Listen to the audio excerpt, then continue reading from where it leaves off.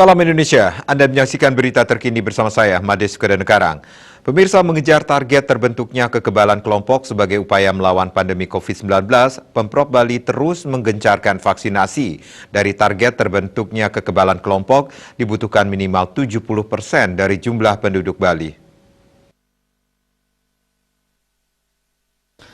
Menurut Kepala Dinas Kesehatan Provinsi Bali, Dr. Ketut Suarjayo, warga yang sudah divaksin dosis pertama sebanyak 803.086 orang, dari total sasaran sebanyak 715.915 orang. Dari angka itu, persentase vaksinasi dosis pertama sudah melebihi sasaran yakni sebesar 112,8%.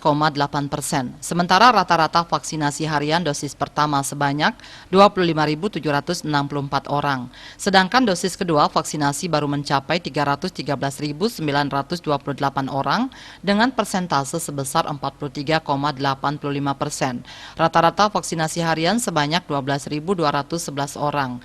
Jadi di Bali total sasaran sebanyak 715.915. Sementara total teregistrasi di KPC PEN sebanyak 1.322.849 orang.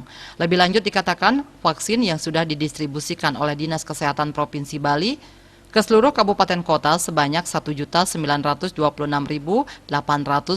dosis. Dengan vaksinasi yang sedang berjalan saat ini, sisa stok vaksin di masing-masing kabupaten kota sebanyak 809.826 dosis. Total vaksin yang sudah digunakan sebanyak 1.117.014 dosis. Pada Kamis 6 Mei, ratusan ribu dosis vaksin Sinovac kembali dikirim ke Bali. Total vaksin yang dikirim sebanyak 17.050 vial atau 170.500 dosis yang dibungkus dalam 10 koli.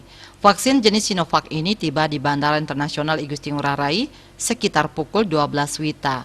Yudi Karnaidi, Bali Post melaporkan.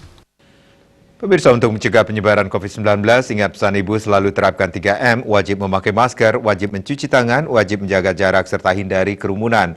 Dengan penerapan perilaku 3M, Indonesia segera terbebas dari virus corona menuju Indonesia maju. Tetaplah bersama Bali TV. Salam Indonesia.